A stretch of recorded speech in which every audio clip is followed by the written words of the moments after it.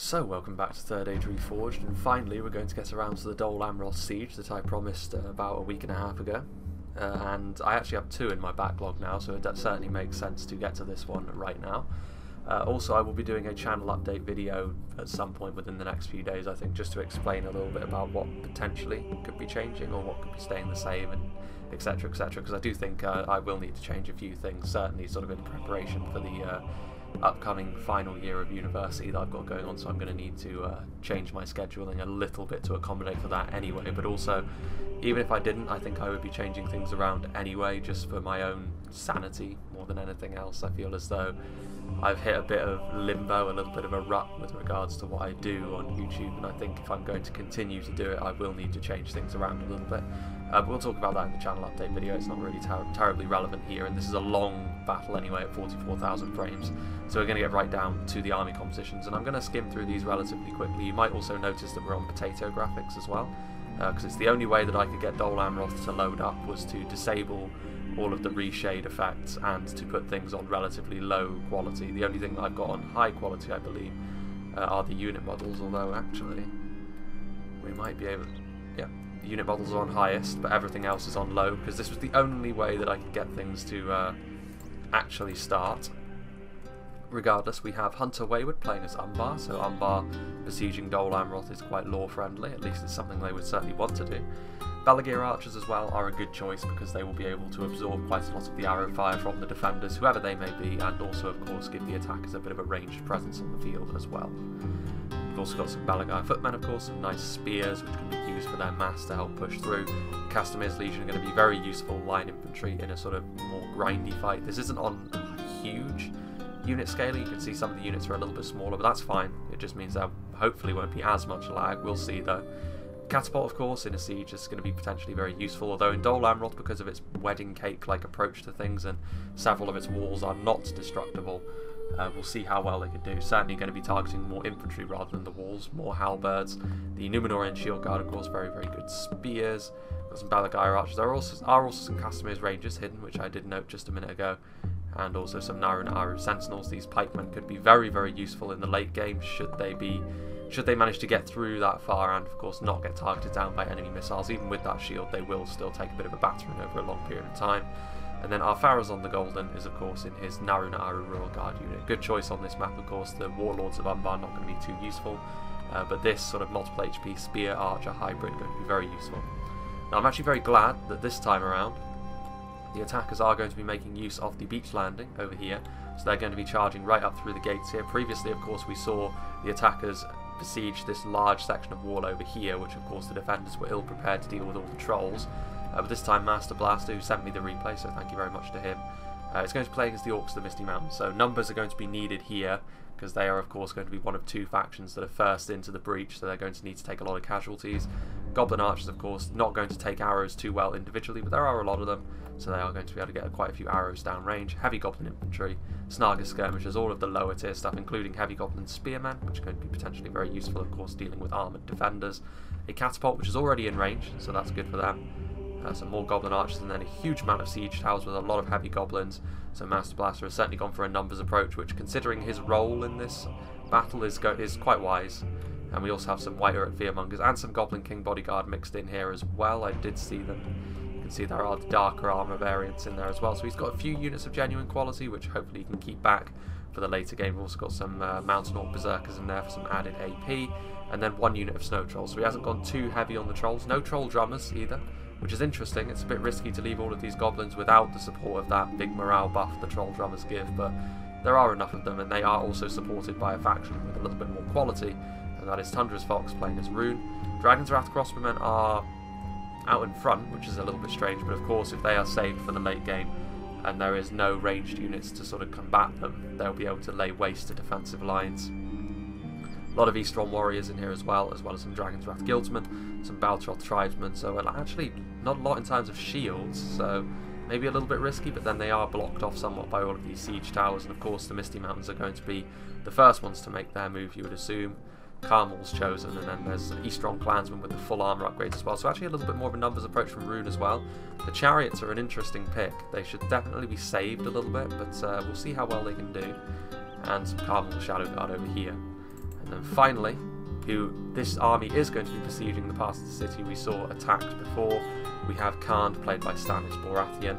He's got some nomadic warriors over here, so just some basic units. Khand are better in a siege battle than a lot of people give them credit for. Their lack of reliable siege equipment, though, is maybe what lets them down a little bit, but all of these nomadic warriors are good chaff. They also have some Variag bowmen over here, which are very good. They're similar to the Belagir archers, actually, in the way that they sort of function. We've also got a lot of Nurad units, of course, and this is where Khand have actually gone more quality heavy than Rune, by the looks of things, with a lot of these Nurad footmen and Nurad halberds, of course. Very, very good, provided the defenders on this part of the wall are heavily armoured. Good at absorbing arrow fire as well, of course. Brotherhood of the Sword, Brotherhood of the Axe, and the Nurad Warchief retainers.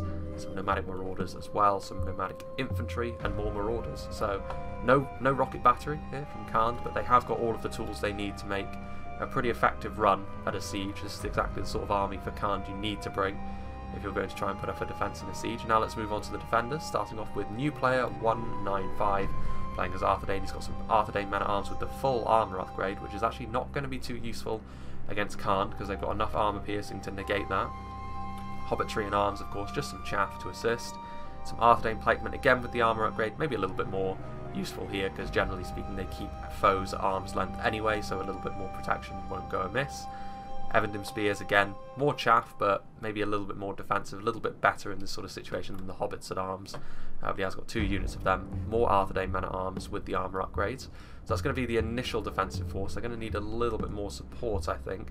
They do have some Arthur Dane marksmen and some Bandabrass archers back here, but if Khand go all out, they could end up having quite a lot of success. Now over here, there is a unit of cavalry, which could be used to cycle around, and Khand has no cavalry of their own, so the Royal Court of House Armlaith might be able to get some nice charges off. We shall see.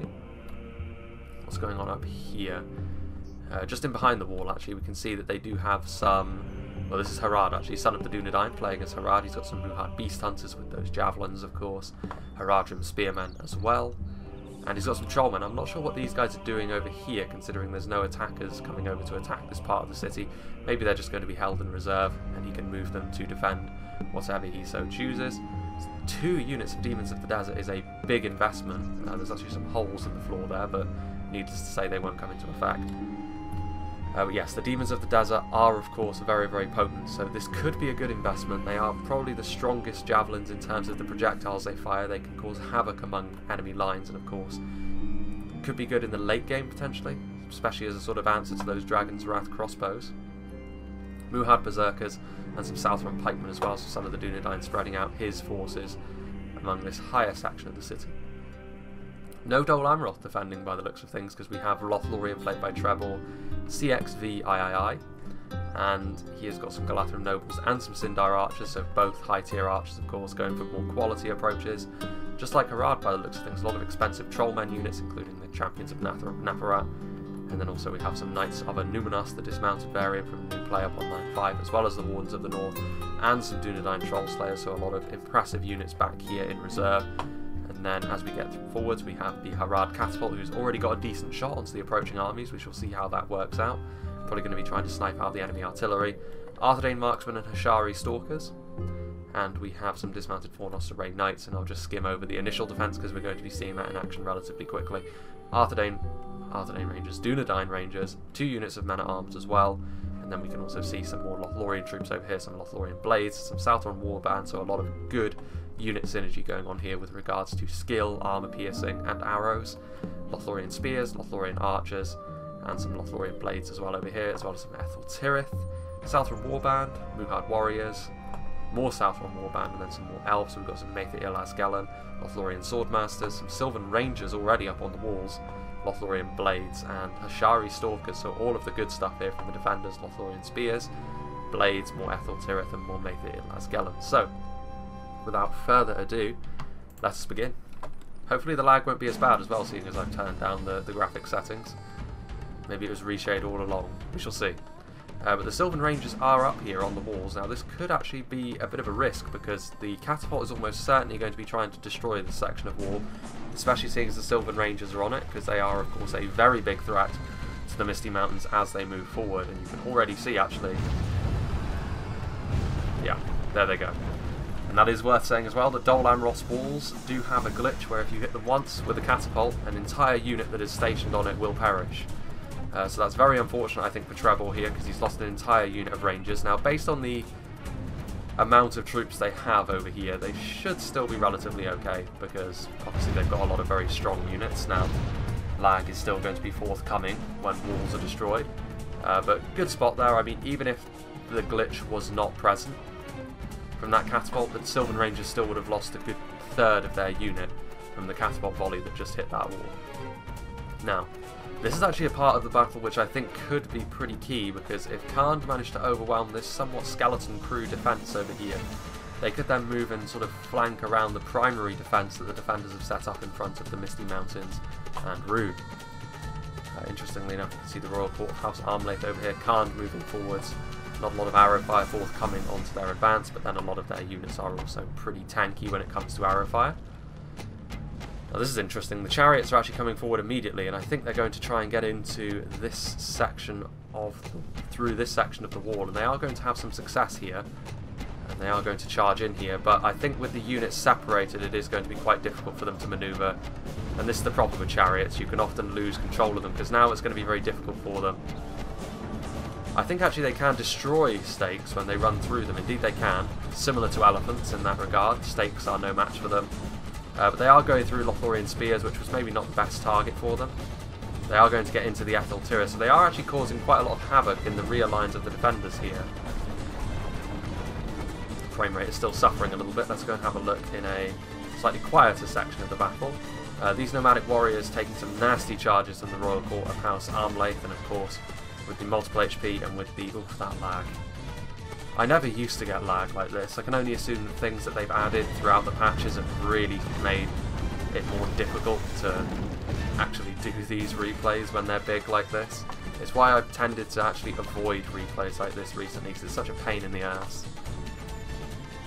Anyway, Khand are beginning their assault. Now the Hobbitry and Arms are going to form up the first line. I would not really recommend that. Interestingly enough, I'm not entirely sure what's going on here. The Nomadic Warriors are actually managing to get through a closed gate. This is another sort of glitch that's on DOL Amroth as well. This happened in the previous battle we showed on this. But this isn't good for Khand actually, because these units will just be slaughtered en masse by the pikemen. Now however, let's get on with the main event. You can see these Lothlorien blades are over here. The lines were pretty heavily damaged actually by the Runic War Chariots, which are still running over those Etheltirith in the background. And the Misty Mountains are now leveraging their numbers to try and get in here. We can also see that some ladders were set up, although it doesn't look as though any Misty Mountains forces took advantage of those ladders. But these chariots are really just charging backwards and forwards, so actually they've turned out to be a very good pick indeed. The Southron Warband have moved over here, but chariots do need to be somewhat careful of getting mixed up in too many of these spears, these Lothlorien Swordmasts as well. So the Misty Mountains have set up a pretty comprehensive attacking force over here. And over here, you can see that there are some Black Uruks of the mountains.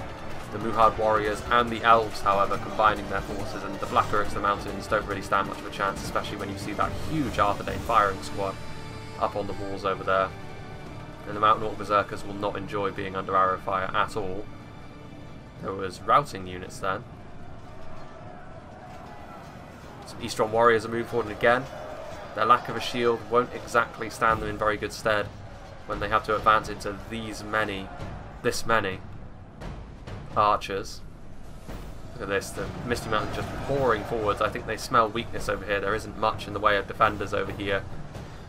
And so the Misty Mountains are going to try and pour forwards the assistance of those Runic War Chariots in the background,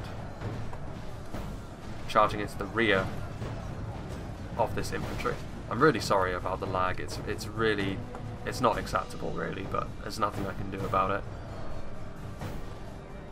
The Lothlorien Swordmaster is just still waiting here. They've got a lot of angles to cover that the attackers can come in, and that's why if you're going to defend the outer walls in a siege like this, I do think you need to commit more fully to it. You can't afford to hold much in reserve, because otherwise the attackers are just going to find gaps and then swarm around it. I mean, in particular, these chariots at this point have dealt such heavy blows on the defences that the Misty Mountains are about to flood in. And actually the battle that I thought was going to be more important. The Khan-Arthedain struggle over here is actually going to turn out to not be that important. The nomad footmen are shaken actually, taking a lot of fire from the Band of Brass archers. And the Hobbitry are actually holding relatively well at this point. The Royal Court, House Armley, have not taken too much in the way of losses, and they are also harassing the nomadic warriors which are actually going around. Now, Umbar cannot join the beach assault because there is deep water between them and the shallow water that the attackers deployed, that Rune and the Misty Mountains deployed in. So Umbar is going to have to cycle right around, I think, to try and support Khan, but this of course will stand them in good stead in the late game because they will still have a fresh army. And actually, with how things have gone on so far, the attackers have started off very well here. I think the defenders were ill prepared to deal with the kind of assault that is going on, and you can see here the Lothlorien blades.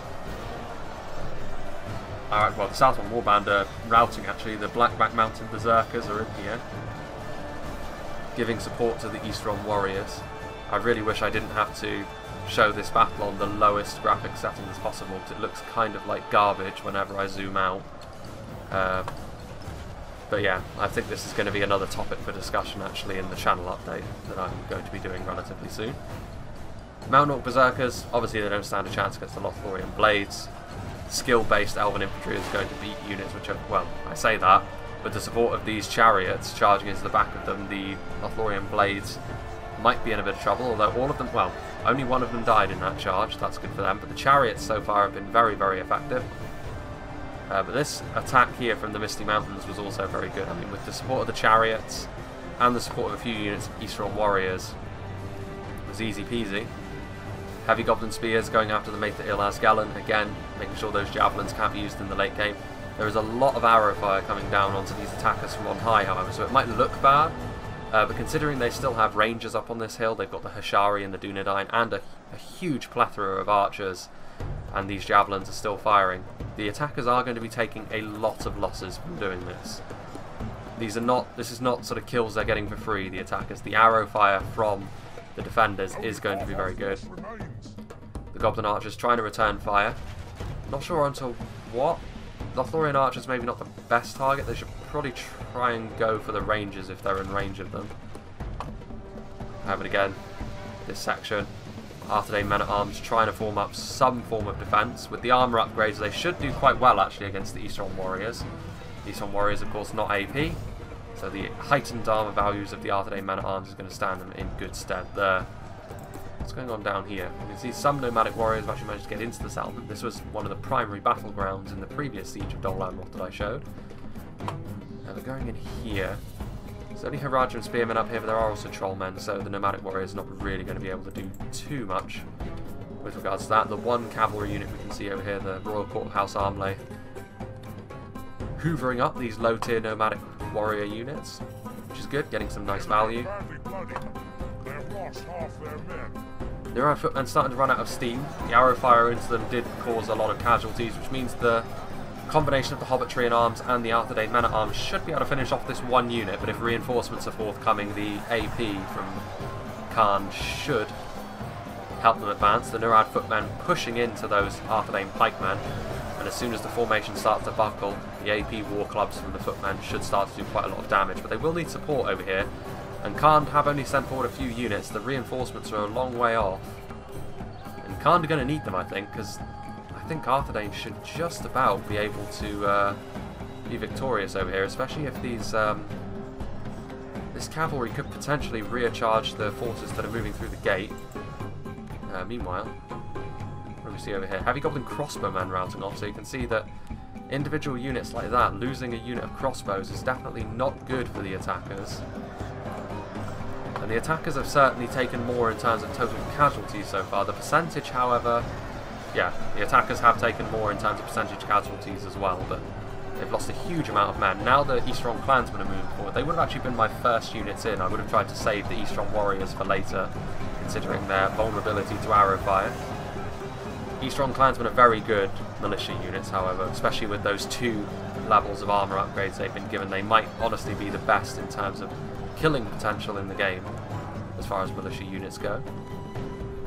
Killing power is maybe not the the most important thing when it comes to militia units, though, so how much stock you place in that is entirely up to you. Blue-Hard Berserkers holding back these Z-Strong warriors. They are taking some fire from the Snaga, but the Snaga are pretty inaccurate with their javelins. They often need to be right up against the enemy to get some decent hits off. These Lothlorien Swordmasters, only 19 of them are still holding, so it looked really bad initially for the defenders, but they've actually managed to hold out relatively well. Imagine if those Sylvan Rangers had managed to escape as well.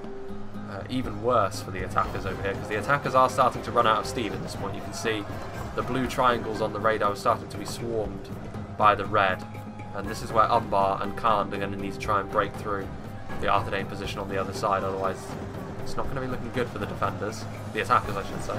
It's going to be looking very good for the defenders, although these E-Strong Clansmen are about to recharge these dismounted Fornost Arrayed Knights. They should still be able to hold for a decent amount of time, though, against all of these low tier units. I mean, the Mountain Orc Berserkers have got AP, but even so, these are Swordmaster units. You can't just send any old rubbish at them and expect to be victorious. E-Strong Clansmen are good by militia standards, but they certainly won't be a match for the dismounted Fornost Arrayed Knights.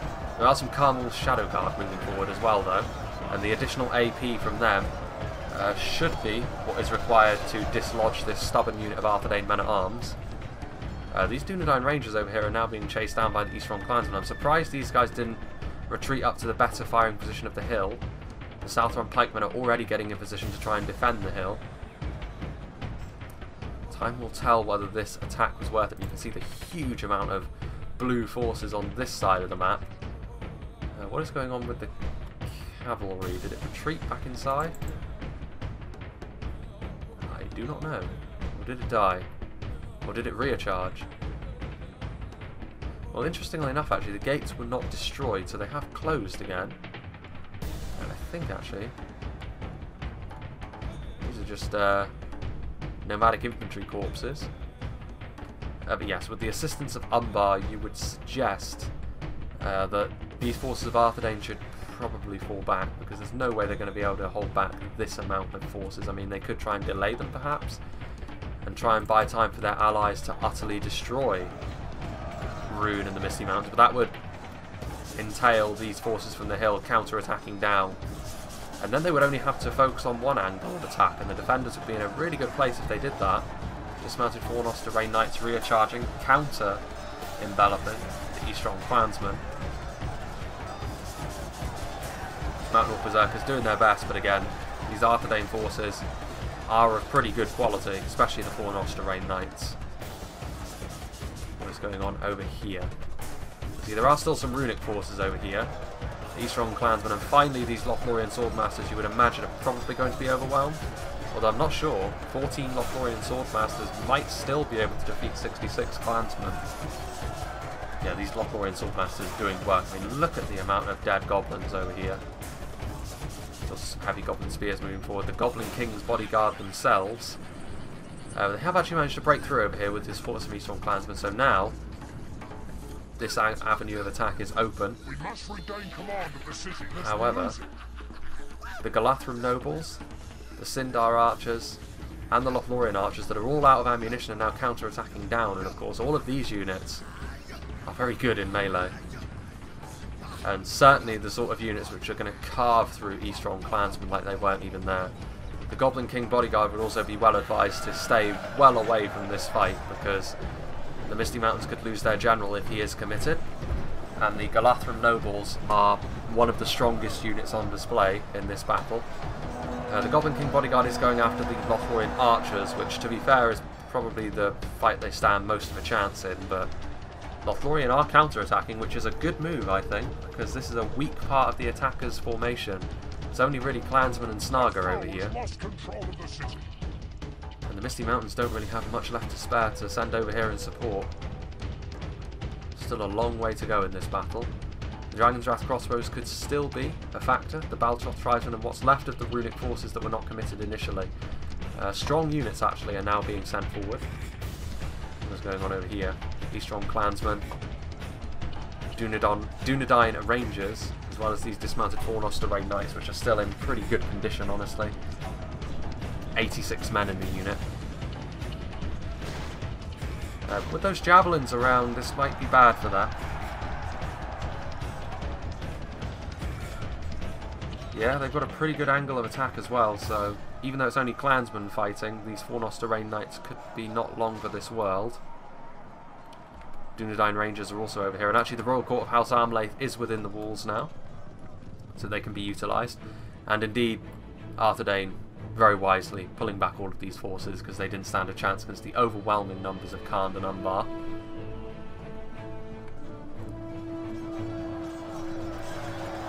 Swordsman. Strong plans and victory is a distinct possibility. Oof, but this might change now.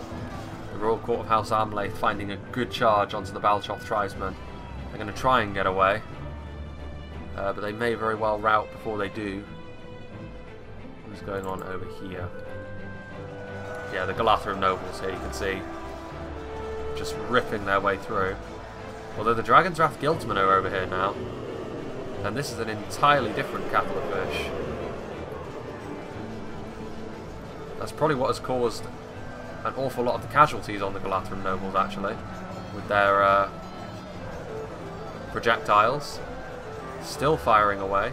Although the initial line of Eastron clansmen fell apart, the Dragon's Wrath Guildsmen, more clansmen, and the Snaga skirmishers now, and the Misty Mountains Catapult is still here as well. Doesn't have the best shot, if I'm honest.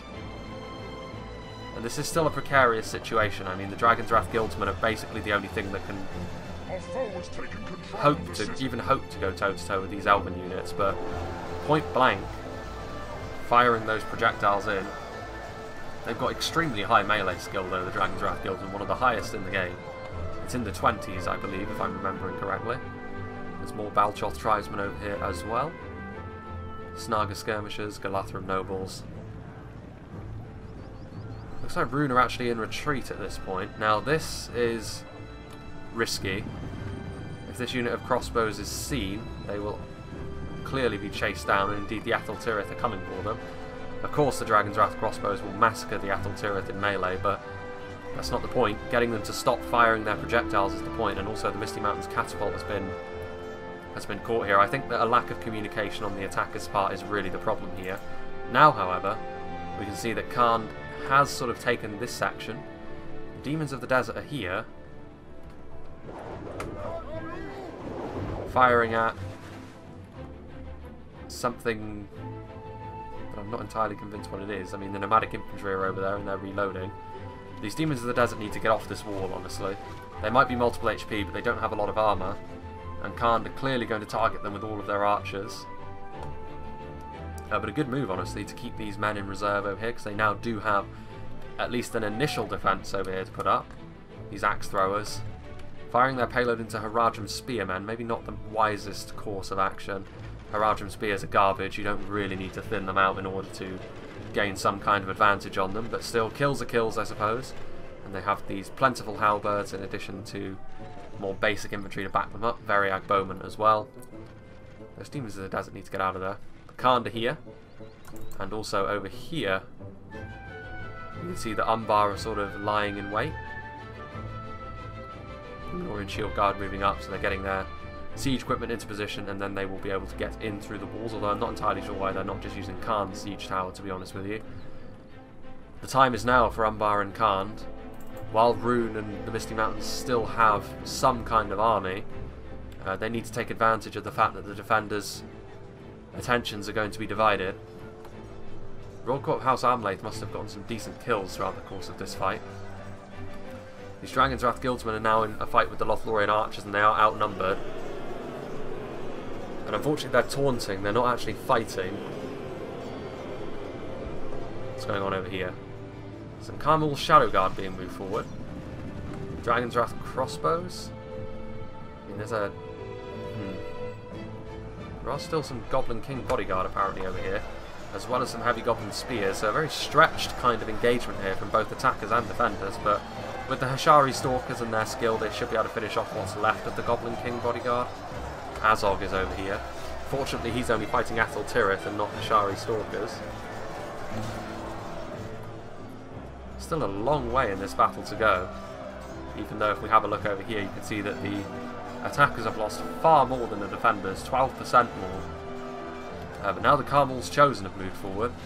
Not an easy nut to crack with the support of the Cardinal's Shadow Guard as well. The Misty Mountain's Catapult actually managed to escape thanks to these reinforcements, and Sindar Archers are not doing too well. They're a dual-wielding unit. Another difference they have between them and the Galathan Nobles. Oof. See on that hill the Band of Brass Archers targeting the Cardinal's Shadow Guard, a good choice. Umbar needs to get a shimmy on here. Meanwhile, Nomadic Marauders, so now Khand are moving forward, Muhav Beast Hunters coming forward as well, but the Nurad Halberds on the front line should be a good move. That, I think, was Azog, or was it the Runic General?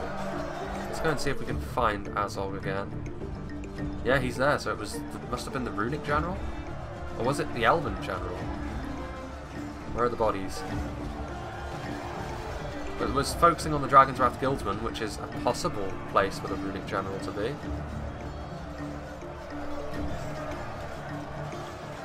Sindar Archers are over here as well though, so it's hard to tell. Regardless, yeah, there's the Runic General there. So yeah, it must have been the Elven General. Interesting. Continuous assault now though, from Khand, keeping up the pressure. Ooh, what was that? That was the Demons of the Desert, wasn't it? They've sort of positioned themselves again, and they can disrupt lines, although they would probably actually do as much damage to their own lines as far as unit cohesion goes at this point. The Demons of the Desert in this sort of situation can be so devastating. You can see men going flying. They're the only Javelin unit to my knowledge that can still do that. There was a time, of course, in 0.96 when all Javelins did that and it was a nightmare. There is the Harad Catapult though. A nice hit there onto Harad, and actually the Nurad Halberd's breaking. With the support of that chanting, actually, that's the first time I've seen the chanting contribute to units actually breaking. Relatively healthy units of halberds as well, so that's a big blow for Khand. They really need the support of Umbar, and I'm not entirely sure what Umbar is doing. Only half the enemy force remains. Really dragging their heels here, and finally they're moving in a giant column. This is going to worry the defenders a little bit. Better late than never, because Umbar, of course, a huge, completely healthy army still around, complete with archers, rangers, elite units, fodder units as well that they can send forward, like the Balagai footmen, and not be too concerned with if they die or not. And you can actually see that I think Rune and what's left of the Misty Mountains just going to finish off these Hashari Stalkers and Lothlorien Blades, and then I assume they're going to wait for Umbar to attack the other side of the hill, and then they're going to support them. That would be the smart thing to do. Over here though, Khand in a little bit of trouble. Indeed, Nomadic Marauders and Nurad Halberds breaking. Harad standing firm. Some Arthedain Marksmen coming up to support as well. I mean, at this point, honestly, I would wait if I was Khand and wait for the defenders to start to buckle on the other side, which they inevitably would from an Umbar assault. Because if they charge forward now, I don't think the Khandish army will do all that well. We shall see though. That chanting. First time I've seen chanting actually be useful. See some Nurad footmen moving forward first, so Khand going to be taking the first wave. And then Rune and the Misty Mountains, all that's left of their army can be condensed into over this small area, and it is mostly Rune. The Misty Mountains only really have their Catapult and a few Heavy Goblin Spears and their general unit left. Not a lot to work with, but then perhaps they don't need it. Umbar, of course, fully healthy. And 11%, I mean, traditionally, the attackers do close the gap in the late game, so you would still say that the advantage is still in the attacker's court. But we shall see. If the defenders play this right, if they use the defensive positions that the city of DOL Amroth affords them well, and use their remaining units well, then I still think they can still win this. Especially seeing as Khand impatiently moving forward, and actually the Brotherhood of the Sword are here. Ugh. Right into the clutches of the Demons of the Desert as well. Variag Bowmen reloading. Nomadic Marauders, the Nurad Halberds coming forwards to assist. Now the Brotherhood of the Sword will be able to finish off what remains of these Beast Hunters, and the Demons of the Desert might be out of ammunition, honestly. So the Brotherhood of the Sword making their presence felt, which is good to see. Another very skillful dual-wielding unit. Note the Demons of the Desert are not out of ammunition, so the Nurad Halberds just getting carved apart, already wavering. So it seems like Harad are going to take the majority of the responsibility for holding off what remains of Khan's forces. Meanwhile, Arthedain and what remains of the elves are going to be over here. Nurad footmen moving forward. Maybe a little bit prematurely. There are only 47 of them, and there are a lot of hobbits coming forward to try and assist. There's also those Aventine Spears. Time will tell whether that Umbar force is going to be... Umbar really need to get a move on. They need to get up this hill quickly. I mean, we are not even close. Well, I suppose we're kind of close, but we are not even halfway through the battle at the moment. So I can only assume that there's a period of inactivity at some point, because if Umbar were to charge forward all their army at this point, it would decide the battle within potentially 10,000 frames. But we shall see. Nomadic infantry. Only 37 of them remaining, but Khan are not having a lot of success over here. I think they were quite premature with how they attacked forward. The 2 units of Demons of the Desert, however, turning out to be a good move from Son of the Dunedain. Arthedain marksmen coming forward to try and stop these nomadic infantry from firing, and with the numbers advantage as well, despite the fact that nomadic infantry make pretty decent makeshift infantry, the Arthedain marksmen should still win this with their numbers advantage. Now this is a very risky move to send these guys forward, because if the Demons of the Desert see them, the Nurad War Chief's retainers, then they will instantly start to target them. They could just be there as a sort of buffer against any potential counter-attack, however. There are the Brotherhood of the Axe as well, but Khan's army is looking a little bit weak. They've got the Shadow Blades infantry, but not a lot else. Honestly, with all that Harad have left over here, they could potentially counter-attack and win. So Khan need to be careful. They certainly don't want to commit all their forces forward and then be destroyed, because then the defenders will only really need to worry fully about Umbar if they can then sort of disable the bulk of Umbar's strength. Speaking of which, Hunter Wayward is now moving forward. Balagai Halberd's moving up first. Not the worst idea as well, because potentially there's not a lot of ranged power left. The Troll Slayers should still have their javelins, but in terms of archers, the elves certainly used up all of theirs. There are these Hashari Stalkers, but they have their swords out, so I would imagine they are not going to be a factor. Carmel's chosen. Heavy Gobbo Spears moving forwards. What's going on here? These Nurad footmen have fought pretty hard, considering they went forward very quickly. The Aventine Spears, of course, don't stand a chance against these professional Balagai units. Aventine Spears are another good militia unit, however, for different reasons than these strong clansmen. Of course, they are spears, so they're not really an infantry-killing powerhouse. They can be very, very good for helping to form up a phalanx. Balagai Halberds moving around to the flank. They're actually taking arrow fire from Arthedain marksmen, so Arthedain do have some archers over here, including Wardens of the North. Wardens of the North, I imagine, are probably targeting the Carmel's Chosen. And again, this is a potentially very powerful melee unit that they've still got in reserve as well. And with the AP on the Southron Pikemen, they should be able to hold, so... What's going on there? Is that the Umbar Catapult? Indeed. So they do have 2 catapults on the go. And of course, these Aventine Spearmen immediately rousing. Hobbits are now sort of being tasked with holding this line, so they are going to need to defend this choke point pretty quickly. Demons of the Desert are on the way over. What's going on this flank? All quiet on the eastern front. Understandably. Harad are actually filtering over more and more of their units to help out over there, so this is where Khan needs to be alert, and as soon as this front is weak enough, he needs to hit it with everything he's got. Because Umbar's entire army essentially only has one route they can attack through, so the defenders know where they need to set up their defensive line the strongest. There are those Southron Warband as well, but even with the AP, there's not nearly enough of them to stop this attack.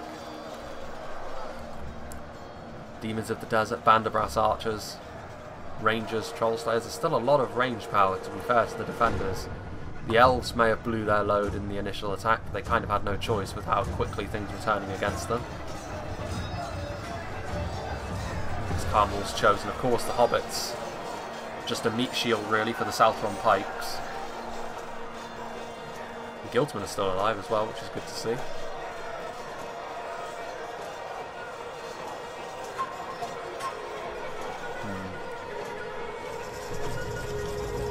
Arthur men-at-arms with the full plate, filtering back into this courtyard with the fountain. I don't think I've ever seen a battle take place over here, because it's often always decided before it gets to this point. So it's good to actually see this part of the map be used. Belgae halberds, of course these hobbits are not going to last too much longer. Whether or not they actually commit anything else to help is another matter, and they are. They're going to send forward some Arthur men-at-arms. But even with the armour upgrade, with all of these halberds around, that's not going to last too much longer. Umbar should spread their attention, however. They should try and attack multiple angles.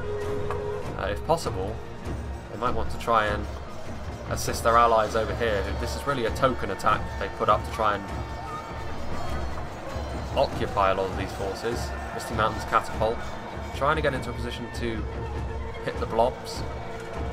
Dragon's Wrath crossbow still a potential factor into the late game, of course. What's going on over here? Now Harad are in full retreat, interestingly enough, and Khan, seeing this, they are going to move into this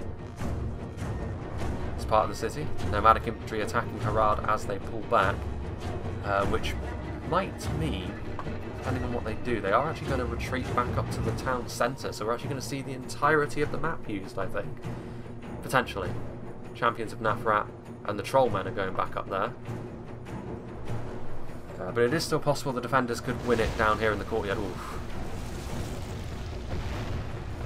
Nice hit there on the Rangers. Any hit from the siege equipment is going to be a bonus at this point. Well, look over here.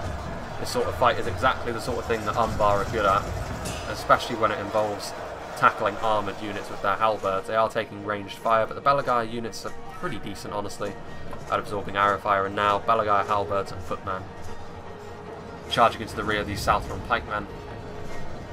And that is going to allow some more Balchoth tribesmen and the Dragon's Wrath crossbowmen to come forward. Azog has fallen though, so the Misty Mountains at this point could be the first faction to fall fully. Well, they still have their catapult, I suppose, but only one Goblin King bodyguard. Oof. Balchoth tribesmen firing their javelins. So yeah, at this point, we can see the defenders don't feel confident in defending this area. And I don't blame them. They probably could if it was just this angle they had to worry about, but with Khan coming in from behind with elite units as well, retreating back up to the final and top layer of the wedding cake is probably the best move. Dunedain Rangers still firing away. Shari Stalkers ready. They need to start retreating everything, however, because this front line is not going to hold too much longer. The Arthedain men-at-arms, of course, a very, very good frontline troop when they're fully upgraded like this, but against armor-piercing halberds, it was never really going to work out all that well for them. What's going on? Belgae halberds. Dragon's Wrath crossbows just biding their time. If they can get into the right position in the late game, it could be all over for them very quickly. Nomadic infantry firing their payload. Now, the Demons of the Desert are advancing forward. This is a very risky move. Son of the Dunedain, I think, is going to try and finish these guys off, but the Nomadic infantry is not really worth risking your Demons of the Desert for. They're charging in as well, so they're coming into melee. There's also these Variag bowmen, so they've got layered levels of skirmishers here. I'm not quite sure what they hope to accomplish here. They've got Hashari Stalkers and Demons of the Desert, two units which could potentially be very useful, actually. You can see some of the unit models are glitching again. But obviously the Nomadic infantry doesn't stand a chance against Demons of the Desert in melee. You can see in the background there, the Balchoth tribesmen are coming over, thinking twice about it. But, you know, these Demons of the Desert now, chances are they're going to get surrounded. There's Brotherhood of the Axe as well. Yeah, pouring in. The fountain has been taken. The second layer is essentially lost. They know how to move up and around here now. What's going on over here? There's still forces. Nurad War Chief's retainers. What is this red triangle?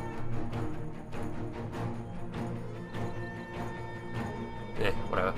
Well, These two units actually could advance along the bridge and attack into the rear of the town centre, which I think would be a good move from Khan. Oh, there's that one soldier. It's one Muhad Beast Hunter. Yeah, these demons of the desert now don't stand much of a chance. The Brotherhood, the Axe coming into support from the front. Javelin fire supporting from the rear, and there's also some Belagai footmen, so they're going to get surrounded. Interesting. We are now past the halfway point at least.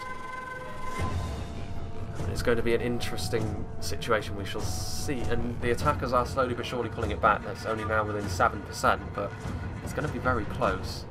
It's a shame that I had to record this battle in potato quality.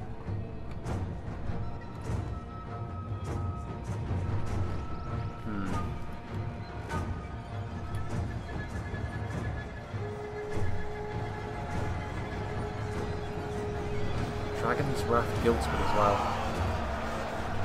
I suppose you may as well just make sure, deal with the threat with overwhelming force. But yeah, based on this, and also based on the fact there's going to be quite a lot of manoeuvring going on. Well, actually, maybe not. With this artillery fire coming in from the Haradrim Catapult, we can continue to watch. I'd be very surprised actually if I didn't have to make a cut at all in a battle that was 44,000 frames on a siege battle. Potentially no manoeuvring at all.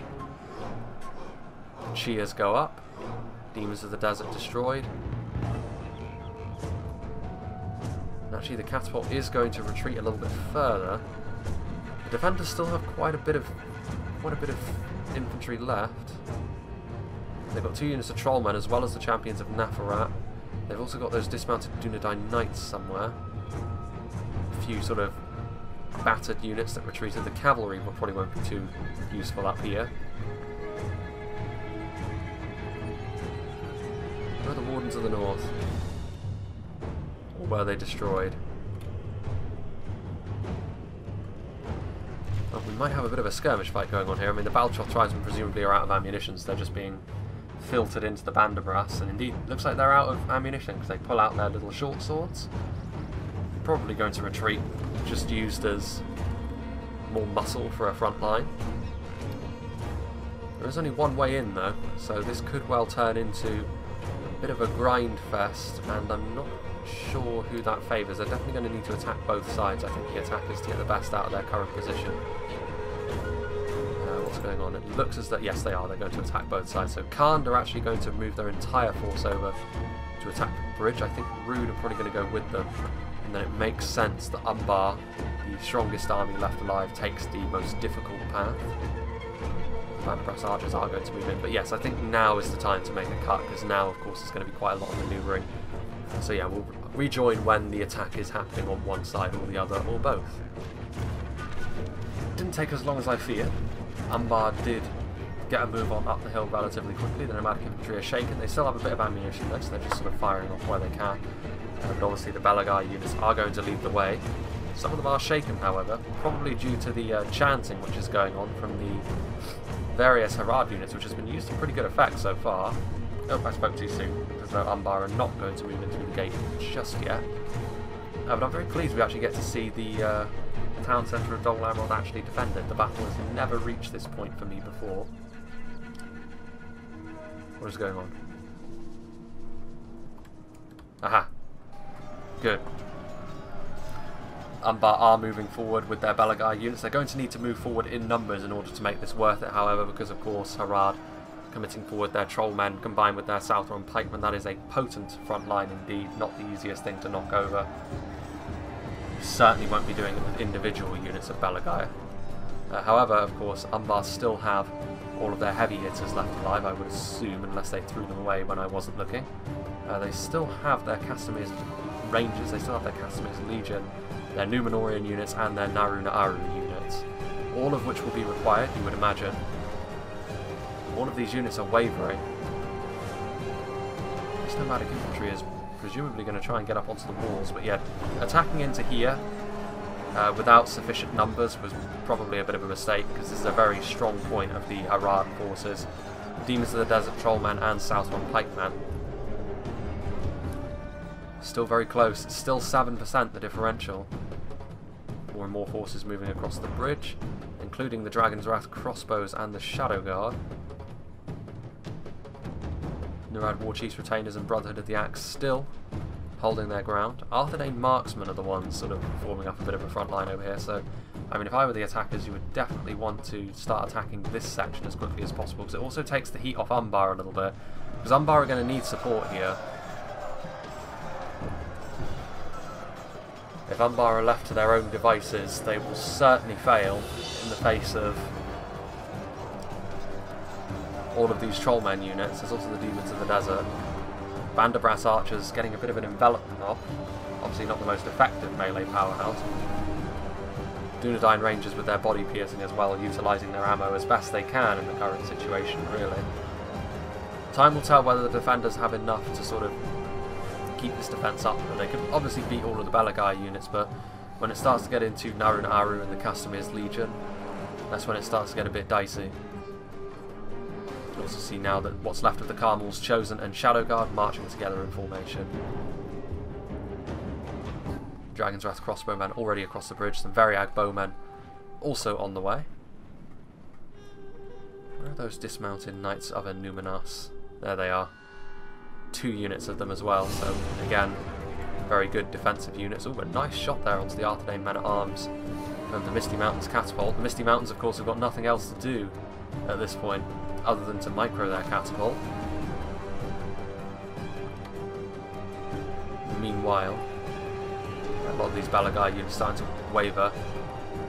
Umbar's morale in general is pretty good, but the Belagai units are much more comparable to other Kingdoms of Men, whereas it's their higher tier units where they have, ooh, rotting meat. The morale debuff, if it hits close to here, actually might affect their own troops more than anything else. You can get kills with it if you hit a unit directly with rotting meat, but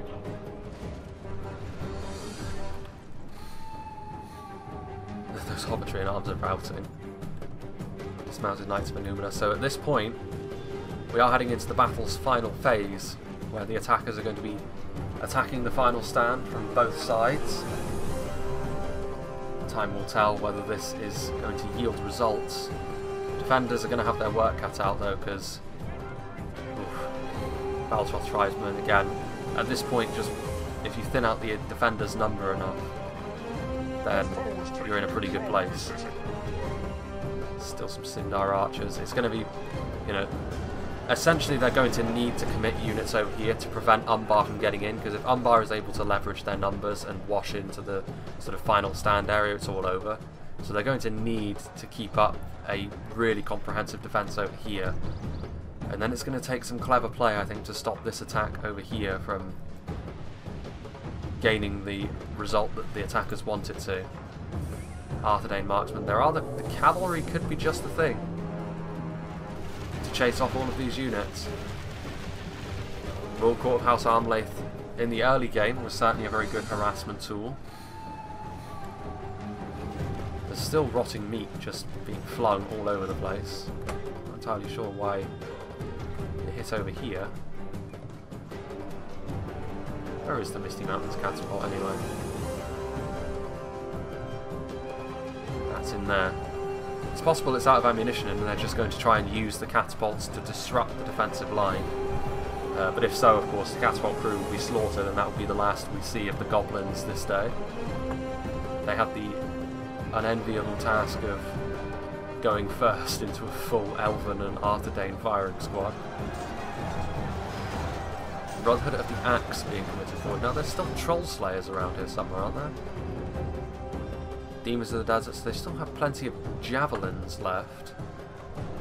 Again, I'm not sure whether it's going to be enough though. I mean, the defenders have got some really nice tools, but it might be that with how healthy Umbar still was, as the assault onto the second layer began, that their fate was sealed. The Nurad Warchief's Retainers are again another interesting unit, because if it comes down to just the Nurad Warchief's Retainers, the defenders are going to need to find some way of surrounding them, otherwise they're going to be in real trouble. The Goblin Catapult crew moving forward. Now I think it's the turn of the Umbar Catapult to try and get some good hits off. Getting a nice hit there on the Arthedain Marksman and the Demons of the Desert. At this point, the Brotherhood of the Axe are moving forward. The Arthedain Pikemen, this is not a particularly healthy unit of pikes, so they are going to be backed up by the Arthedain Marksman. Oof.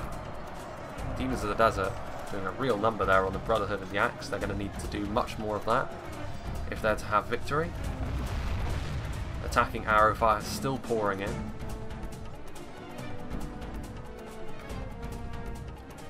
Naru and Aru. And now you can see that this is where Umbar start to mean business. A lot of their better units are moving forward. The Númenórean Shield Guard leading the way. Castamir's Legion following them in. It's going to be difficult to set up a more defensive line as well with the catapults in the way. So again, potentially a good move. This wall is actually breaking. Could be interesting to open up another avenue of attack. If they did that and then Umbar were to spread their forces, I think the defenders would be toast. But now you can see the Umbar pushing in with the Castamir's Legion. A very good unit. The Trollmen will not have it all their own way against them.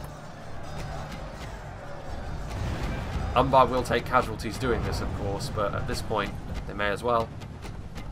The attacker's going to try and hammer home their numbers advantage. And the gap is closing. Slowly and surely, it's now 6%. Ooh, nice hit though. Was that from a defending catapult? Or was that actually from some friendly fire from the Umbar catapult? Baltroth Tribesmen trying to help thin the numbers. There are also those Brotherhood Shadow Blades, of course. The Dragon's Wrath Guildsmen may be mostly gone at this point, but the Shadow Blades are still here. So another assassin unit. Throwing daggers coming into play. The Dunedain Troll Slayers are indeed here, throwing their own javelins, so it's a hand-thrown projectile bonanza, although the Wardens of the North are still alive, so again, a lot of quality units left alive. But the gap is closing. It's now only 4%, and you worry when the percentages start to shift that dramatically in the late game. And this, I think, is going to be the end. Umbar, they're starting to pour in. The defenders need to stop them. If they start to wash over this position, it's going to be all over. The Arthedain Men-at-Arms are going to try and plug the gap. There are these Lothlorien Blades as well, but there aren't nearly enough of them. A Catapult. Some Dunedain Rangers. These two dismounted Knights of Annúminas still uncommitted. I mean, at this point, the Knights of Annúminas are needed over here. They need to stop this advance, and honestly, most of these Umbar units would struggle to get through the armour and hit points of the dismounted Knights of Annúminas.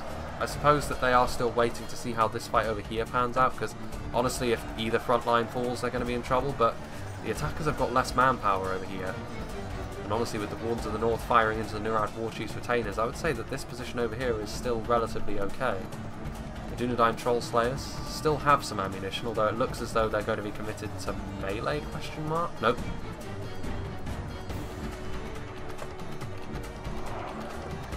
Still very close, but within the final 10,000 frames. Within 2% now, so still it starts to tick ever more towards the attackers. Champions of Nafarat are in here now. The Catapult crew. Everything is just being sent forward. Dunedain Rangers, these dismounted Knights of Annúminas need to do something. And a whole healthy unit of Arthedain Men-at-Arms, are you kidding me? Yeah, with all of these, yeah, look at this. They need to commit more forces over here, otherwise Umbar is going to continue to move forward. It's not impossible. Meanwhile, well, the Dragon's Wrath Crossbowman now raining death down on the Wardens of the North. Immediately the Dunedain Troll Slayers are going to try and kill them off. Oof, that is brutal. Dragon's Wrath Crossbowmen are always a risk, because potentially you won't be able to use them to their full effect, but here, the attackers have been able to utilise them. And that could prove to be a big difference maker here. Although I do worry actually for the attackers' front line over here. The Nurad Warchief's retainers are holding back all of this, but the Dunedain Troll Slayers still here. I think that the attackers have probably got this at this point. It's been a brave effort. The nomadic infantry are now up on the walls from the defenders, but ultimately one has to wonder if those chariots weren't so bold and charging around and doing a lot of damage early on, if this would have worked out differently. If the defenders would have had more manpower here in the late game to try and deal with Umbar, but that's a what-if situation. There's Arthedain man-at-arms. Balance of forces is evenly matched over on that side, but here we can see that the Trollman starting to fall away. And again, this drip-feeding approach that the Arthedain player is taking to try and reinforce this line is completely the wrong thing to do at this point. They could maybe have had more of a chance if all of these units were committed over here to try and stop Umbar. The Dismounted Knights of Numinous in particular would have been difficult actually for all of these high-tier Umbar units to deal with. But as it was, too passive, new player 125, not 195 I should say. And unfortunately that might have been the final nail in this team's coffin. It's entirely possible of course they would have lost even if they had done that, but Dunedain Trollslayers are now being committed to melee, but ultimately that's not going to be enough over here either, so the attackers are going to win on this flank regardless by the looks of things. There's still cavalry, but the use of that is going to be very limited indeed. Belagair archers getting up onto the walls, which of course I would imagine they still have ammunition. Umbar haven't needed to utilise their ammunition, the nomadic infantry still do. Cavalry being committed forward. There's still a decent amount of time left to go in this fight, honestly. Which probably speaks of the Dismounted Knights of Numinous holding power more than anything. Umbar might be running out of steam, actually. I'm not entirely sure why they're committing all of these infantry units. I mean, with the Castamir's Rangers, you would imagine that they are still going to have success. Narun Aru Royal Guard. Yeah, all of a sudden this is tilted. The Dismounted Knights of Numinous, if they had been committed earlier, I tell you. I mean, I still think the attackers are going to win this, ultimately, because the fate of the defenders on the other flank is not looking good. Although there is a unit of Dismounted Knights of Numinous over here as well. It's going to come down to this unit, really.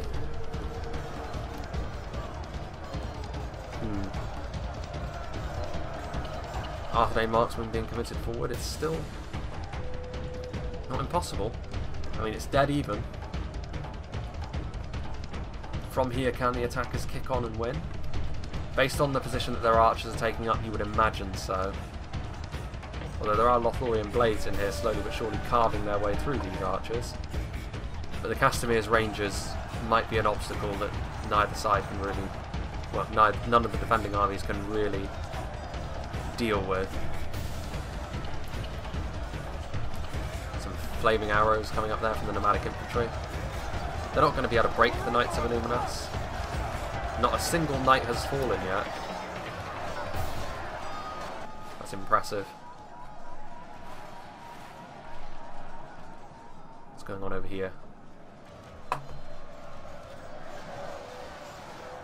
So there's still some Carmel's Chosen left alive, which is actually pretty impressive, but they aren't into the same numbers as these guys, although the Dismounted Knights of Numinous are now being targeted by the Dragon's Wrath crossbowmen, so they could be the Kingmakers in this battle.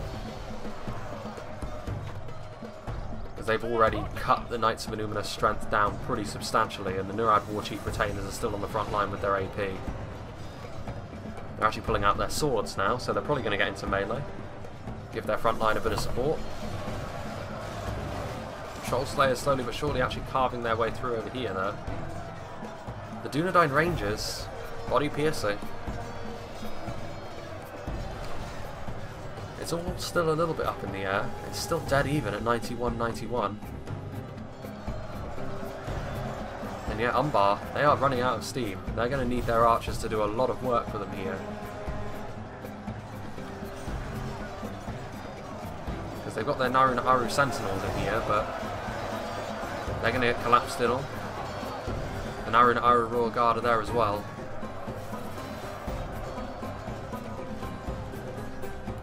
Still this tiny unit of nomadic infantry trying to plug away at the back lines of this primarily Arthedain defence at this point. Harad is largely gone. It's mostly Arthedain that are left alive, to be honest with you. Dragon's Wrath crossbow getting back into position. The Royal Court of House Armley. That's probably the last place I would have charged in, to be fair, because that's in the same area as the Warchief Retainers. There goes the Haradrim General at the hands of the Naru Sentinels. Dragon's Wrath crossbows. Now getting into melee.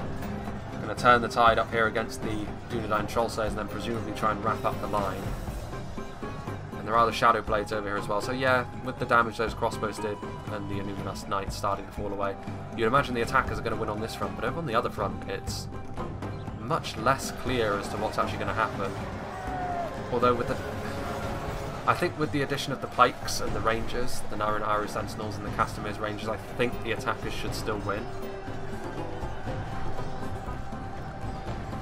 And this all comes down to allowing the Castamir's Rangers, I think, to set up, well, all of these archers really, to set up shop on this wall. If this had not been allowed, I think the defenders could have won this, honestly. But this would have, again, required Arthedain to commit forward all of these elite units sooner to stop the Umbar advance. Dunedain Rangers, I think, are marching over here now. The cavalry is still trying to cycle charge into the front of the Nurad War Chief Retainers, which is not going to yield too much in the way of results. There's some Wardens of the North which are still plugging away.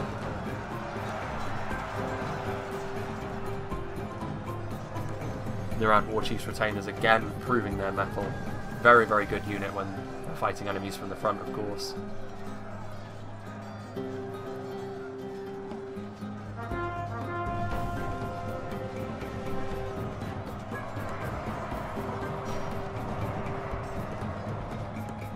One War Chief Retainer chasing down this cavalry all on his own.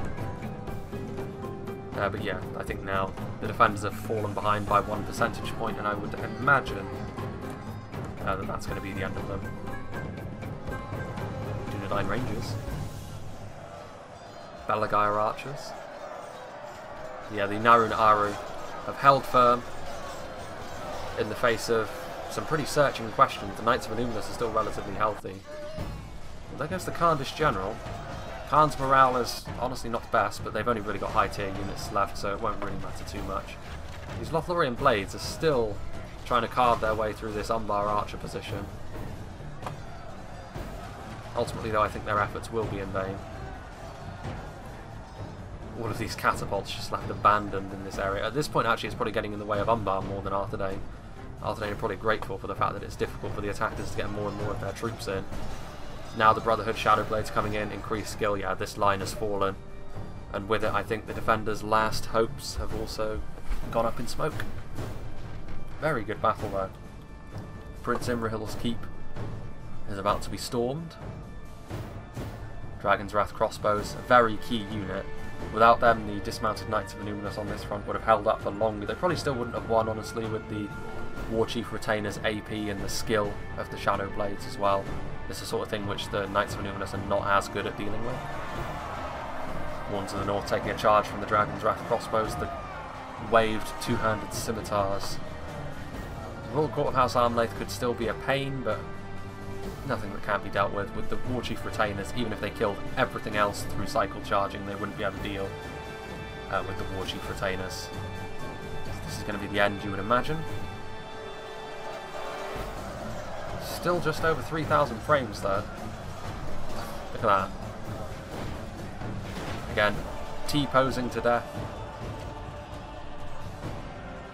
But ultimately, of course, the Lothlorien Blades, they can pad their kill count on these Belagair Archers all they want. It's not going to change the result of this fight. The Castamir's Rangers still have ammunition, of course, and it was probably their supporting fire which really assisted these Narun Aru Pikes and the General's Bodyguard to do its work.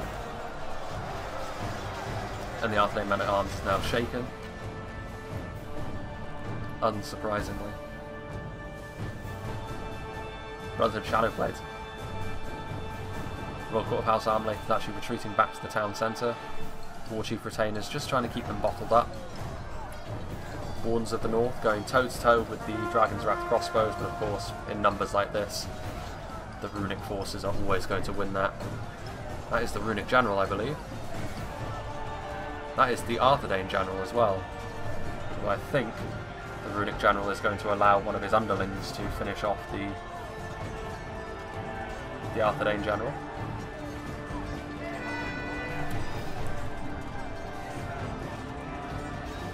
Oof. this is going to be the end as well. Surely this is going to be where it falls.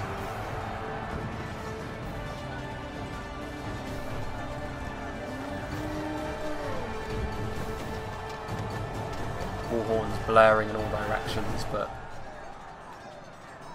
it's not going to be the defender's day, which I'm sure is going to earn the video some thumbs down, even though it was this close.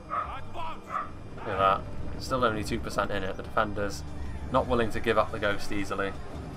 Arthedain men-at-arms. The Royal Court of House Armley trying to get a rear charge into the Brotherhood Shadow Blades. Dismounted Knights of Illumina still fighting away. Just goes to show how their presence was needed. How many of these Sentinels are left? Yeah, there's only 21 Sentinels left as well, and they're one of the finer pike units in the game. Look at all of these T-posing Balagair archers, look. With all of the weird death poses. And there goes the final Lothlorien Blade, so their river of destruction that they caused is finally at an end.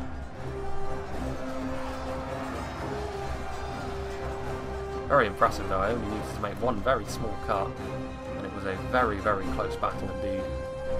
Ambar's Catapult crew.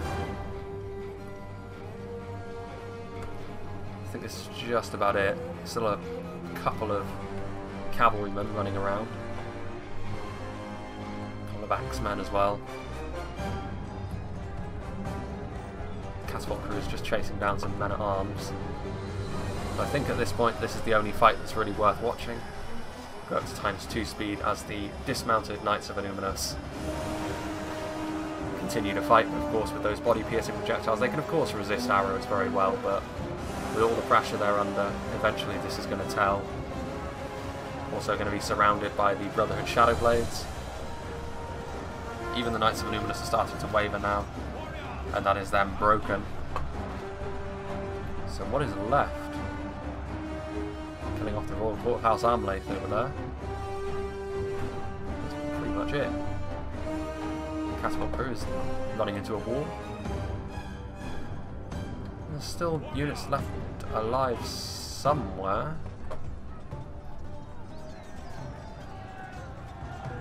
Players are starting to admit defeat, so yeah, that's going to be basically going to be it as we sort of look on high to the final layer of DOL Amroth. Very, very impressive battle. Big thank you to Master Blaster for sending it in. I'm only sorry that I had to do it in low quality. But the frame rate did improve as the battle went on, so maybe I will have to do things without reshade from now on, because maybe that was what was causing the low frame rate. Regardless, very good battle. One of the best sieges I've done, actually, so one of the best battles I've done in quite a long time. And the highest amount of kills went to Harad. Not too surprised about that. They were quite proactive. They got a lot of kills with their units like Demons of the Desert. Lowest kills to Arthedain, but then Arthedain did save a lot of their strength for the final layer, so that kind of makes sense as well. Khan getting the most kills for the attackers. Umbar getting just about the least, but again, they were the ones that were essentially the hammer to sort of really follow through. Misty Mountain's doing very well. They got a lot of their kills very quickly, because of course a lot of their army died off quickly as well. Let's see what did the damage for the Misty Mountains, actually, seeing as this is from the point of view we'll be looking. Goblin King Bodyguard doing very well in the blob fights that the Misty Mountains were involved in. Other than that though, one unit of heavy Goblin Spears did okay, but the rest of course were laid waste to by the archers mostly. Interesting. So yeah, very good. We'll be doing a channel update of course in a couple of days, just to I want to sort of get my thoughts on how things are going out there and how I'm probably going to change things up a little bit again. But other than that, we'll be doing obviously more battle replays. I'm still not sure how to do the top 10s really, because the mod has changed pretty significantly from when I started doing things like top 10s like about a year and a half ago now, and you know, it's a lot more complicated now, and I think I would need to ask for a little bit of help if I were going to do them. But yes, I hope you enjoyed this, and hope you'll join me for whatever is next.